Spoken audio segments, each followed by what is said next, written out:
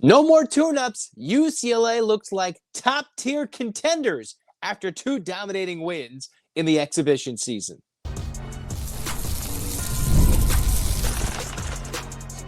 You are Locked On UCLA, your daily podcast on the UCLA Bruins. Part of the Locked On Podcast Network, your team every day.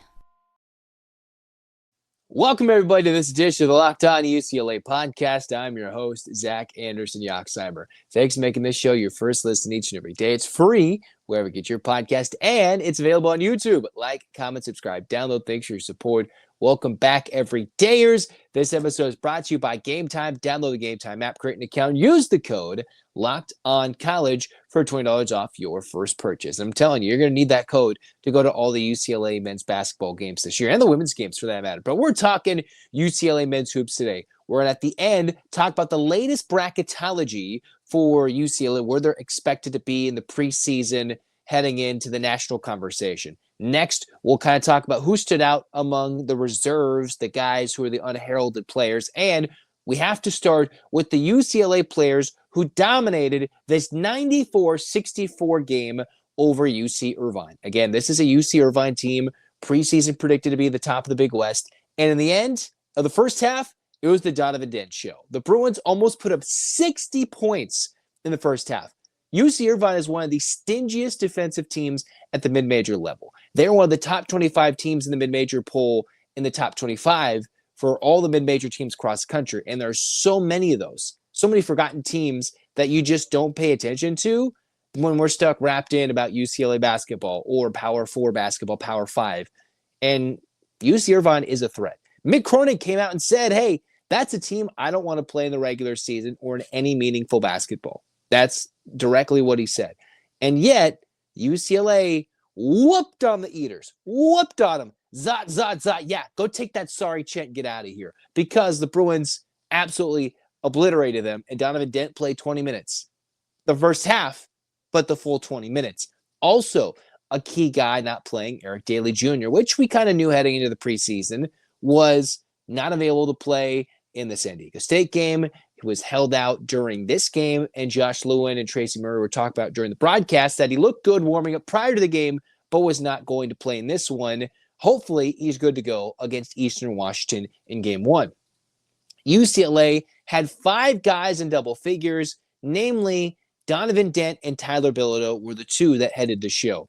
Donovan Dent, 16 points on 8 shots, so much better efficiency compared to what he did versus San Diego State. And as good as UC Irvine may or may not be, San Diego State had an edge because they've seen Donovan Dent the last few years in the Mountain West. UC Irvine, a little different. Donovan Dent has a major edge. 16.8 assists, and then also in his 20 minutes, 1 turnover.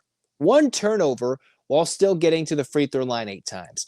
Showcasing he can score, he can dish it, play a little D, and was absolutely electric for this UCLA team that had a good stretch at the end of the first half where they went on close to a 20-2 run, slow start, and then put the Eaters away early.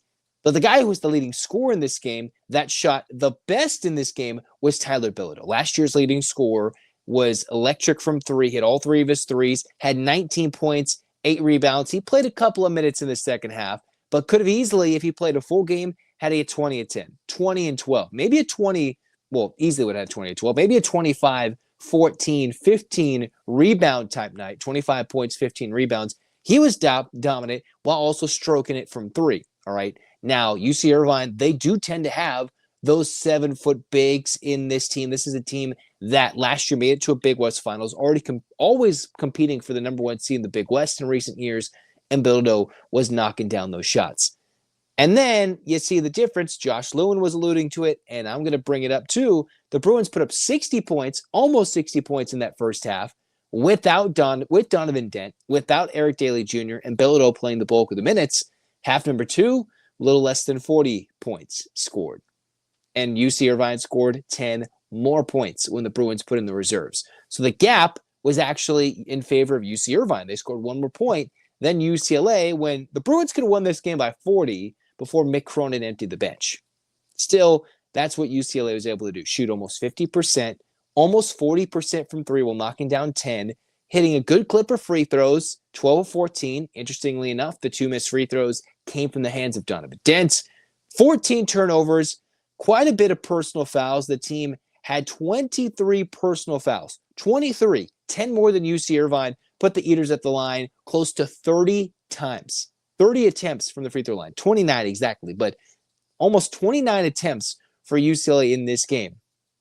Things to take note of: UCLA took advantage of points off turnovers, 22 off UC Irvine's 15, and dominated, and I mean dominated, the glass 51-29. So what was a bit of a concern against San Diego State, and they didn't even have Magoon Guath playing that game, one of their standout players for the Aztecs.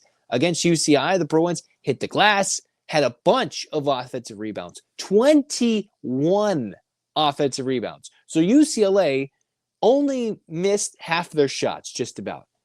So half of those misses, it seemed like, UCLA was grabbing, putting them back, and getting second chance points. 15 points on 21 offensive rebounds. That's almost a point per extra possession.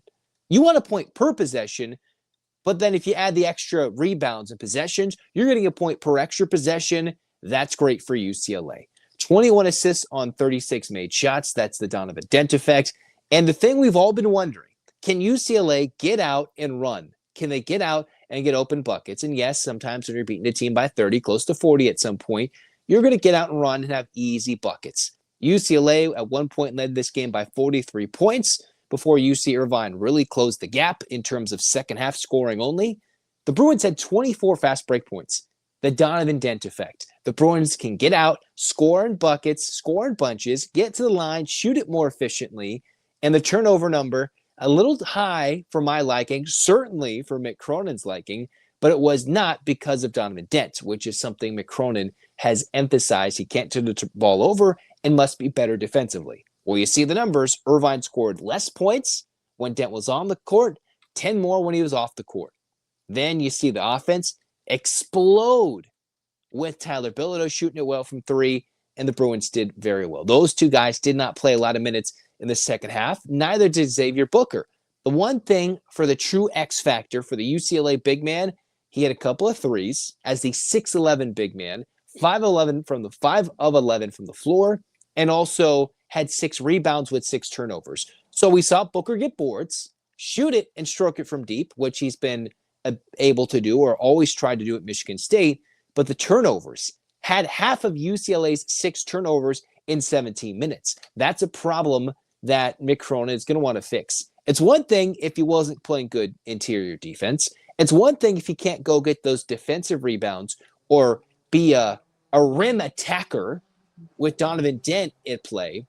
But if you're turning it over 6 times and that's a balloon number, that just can't happen if you're Xavier Booker. So that's a number that's got to get fixed heading into the season for UCLA, at least for Booker, who didn't get the best of games against San Diego State, but also has to improve a lot. And that's the big sore spot to the first couple of games. The big question mark was the 5. Who's going to be the guy that steps up? Well, we saw a player or two shine in this game. That's not Donovan Dent or Bilodeau. And we had a guy that is in some foul trouble the first couple of games. We'll talk about that next on Locked On UCLA. The NBA is back, and there's no better place than FanDuel to get in on the action, the official sports betting partner of the NBA. Even if you missed the start of the game or want to ride the hot hand, FanDuel has live bets on everything from who'll score next to fourth quarter comebacks. And you can even combine those live bets into a same-game parlay for a shot at a bigger payout. It keeps every game exciting, especially when your team's making the late push. Right now, FanDuel is giving new customers $300 in bonus bets when your first $5 bet wins. So head to FanDuel.com to sign up and play your game with FanDuel, the official sports betting partner of the NBA. Continuing my recap and reaction to this UCLA game over UC Irvine, the Bruins won it once again 94-64, dominating the Eaters by 30. I do not like UC Irvine. I'm a big, frequent fan of watching Big West basketball. West Coast basketball is always the best when it's really good, and it's always forgotten about. We always see these East Coast. No. West Coast basketball is good. Big West, always fun. I hate UC Irvine. Just going to come out and say it. All right. But here we go. UCLA, who was the unheralded star? The guy that came out in the second half with no Daly Jr. playing, who's been getting starters minutes, had a good bulk of the shots when he was in the game. Jamar Brown had 3 made threes, 50% shooting from downtown, 13 points, 10 rebounds in 28 minutes. Was one of those Bruins that had 4 more fouls. UCLA, 4 players, 4 more fouls. Jamar Brown was one of them.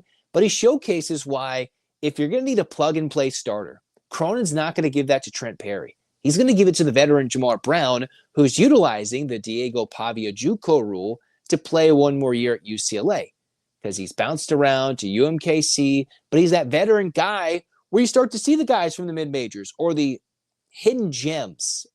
I'm not sure if he's a diamond in the rough, but a hidden gem for sure. Like even Florida's best players, some of which came from mid-major ball and then played at Florida 1 to 2 years before, leading them to a championship last year. And Jamar Brown is a championship-type basketball player. Comes in, gets 10 boards against a scrappy UC Irvine team, gets 13 points of his own, gets buckets, hits threes in 28 minutes. If he stays out of foul trouble, which he certainly should when EDJ is back in the lineup, hopefully night 1, that is a great guy you want to come off your bench. Absolutely fantastic. Just the stuff to stat sheet. And one of those guys are like, is he going to make the transition from the Summit League, from UMKC, from JUCO to Summit League to Big Ten? I think so.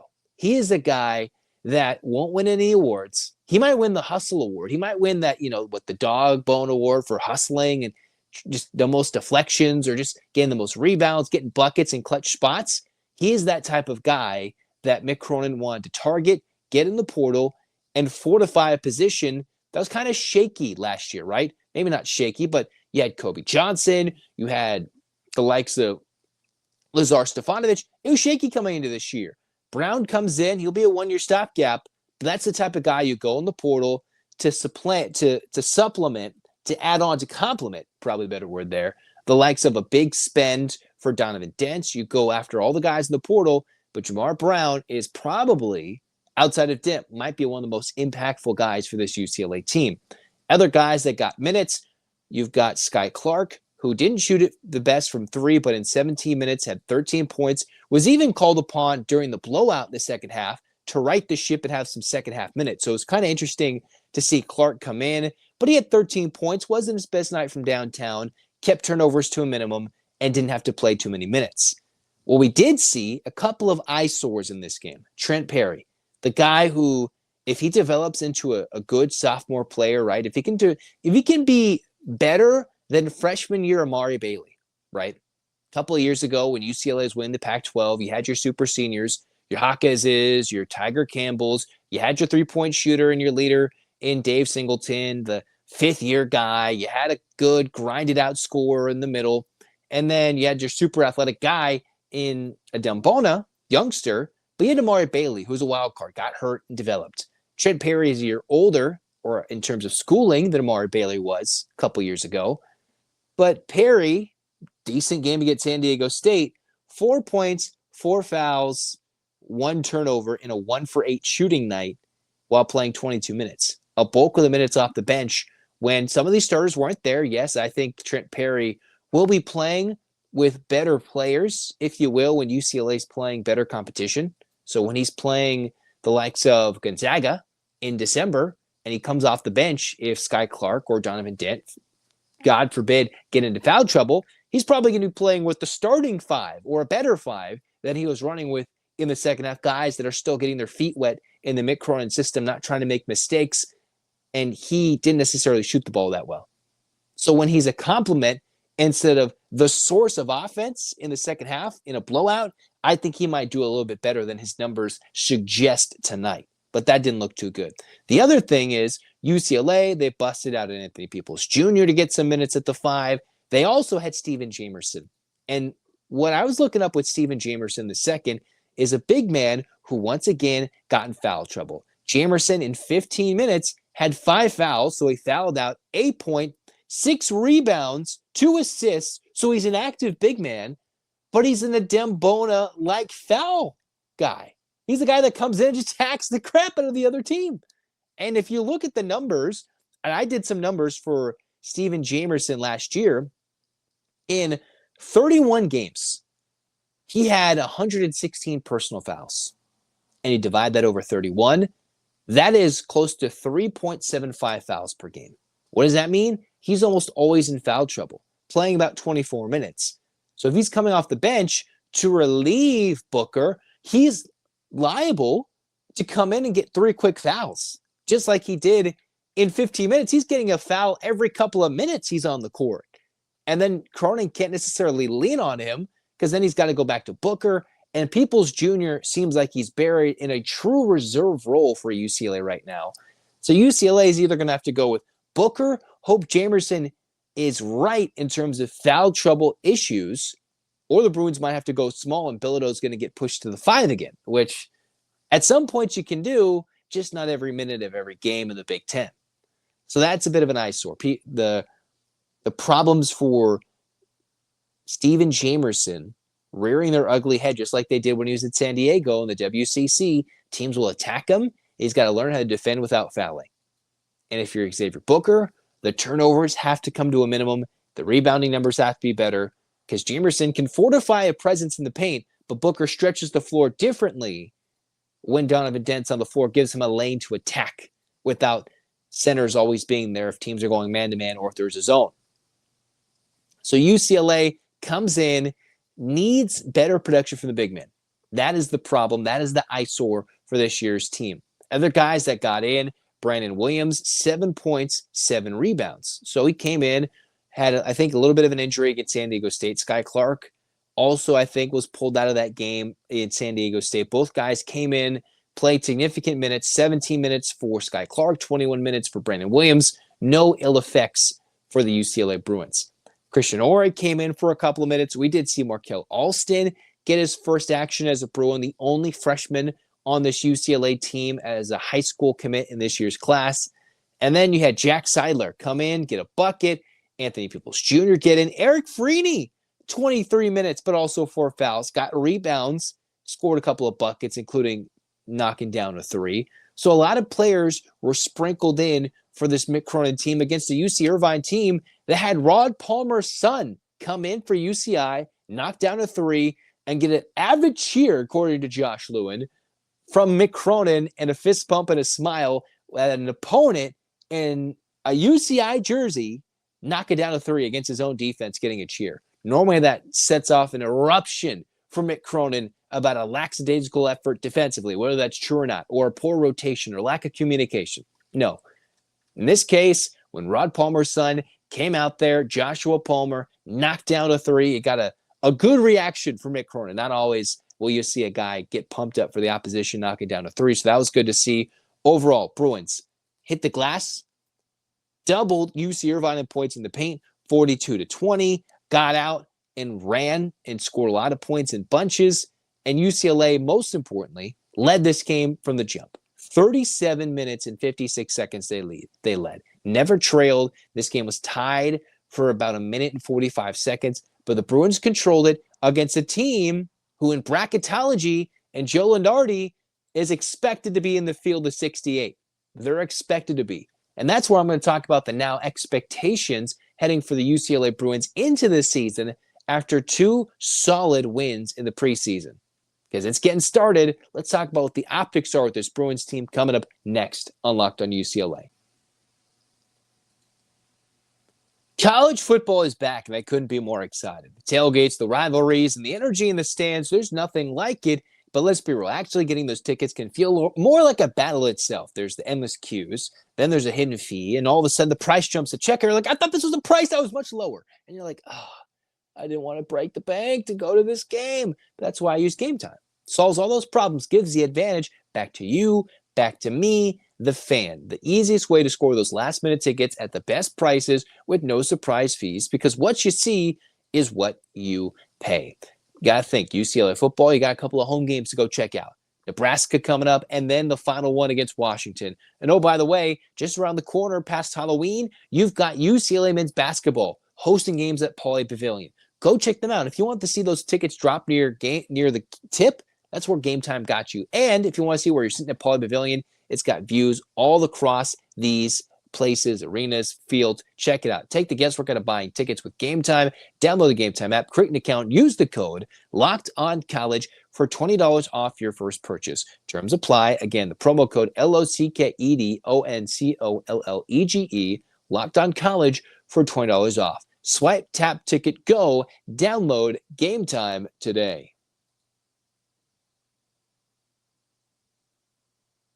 All right, the Bruins fresh off 2 beatdowns. Well, a big beatdown the first half against San Diego State left the Aztecs back in it. Bruins eked out of Viejas with an exhibition win, although both teams are playing without a key starter. Against UC Irvine, the Bruins just dominated, obliterated the Eaters out of the gym in half number 1.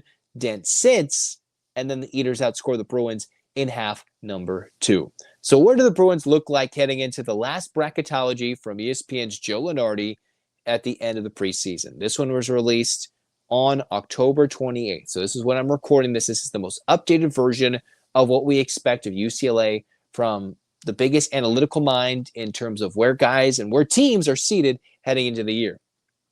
UCLA, in the final seeding of the preseason, are a 3 seed in the East. Those West Coast first-round games will be played in in San Diego and Portland. So UCLA wants to be in a pod where they play a first round 1-2 in either San Diego or Portland. So ironically, the Bruins might be playing themselves back to Viejas Arena or go to Portland. Now, if UCLA wants to work themselves into the West Regional and play that home slate, if you will, in San Jose, they have some work to do. The Bruins are a 3 seed in the East Regional, which is played at DC. The other regionals are Houston in the South and Chicago in the Midwest. And quite frankly, I'll be tired of going for UCLA, going to Chicago, going to Indianapolis. We don't need to do any of that crap anymore. UCLA is a 3 seed hosting a Furman. Possibly in their bracket, way too early. You have Auburn, fresh off the retirement of Bruce Pearl, and Memphis after they lost P.J. Haggerty in the offseason. Those are sneaky matchups. That's way too far down the line. Let's talk about what San Diego State is. The Aztecs were a 7 seed in the tournament. I think they might actually play themselves maybe into a 6 outside 5 if they really get things clicking in the Mountain West. Mountain West has put in a lot of teams this last year that the conference is together before it breaks up into splinters and slivers of itself. San Diego State a preseason 7. Why this game against UC Irvine is important is because you're playing a conference favorite that could at times exploit a UCLA weakness in size in the paint. Irvine is projected to be in this field as a 13 seed, also playing the West Coast against an Arizona 4 seed. So the difference between UCLA overachieving in Big Ten or underachieving, you might play a team like UC Irvine. And you might be like, Zach, well, you just talked about how well the Bruins played. You talk so much smack about UCI and the Bruins beating them by 30. Yes, but you're not playing with the intensity of the tournament, the flashing lights, the pressure, and you're not going to be playing that game at home where the officials aren't going to necessarily give you a heavy whistle, and it might be a little different when UC Irvine shortens their rotation and attack UCLA's weakness with the lack of size in the paint. So the Bruins come in right now as a preseason 3 seed.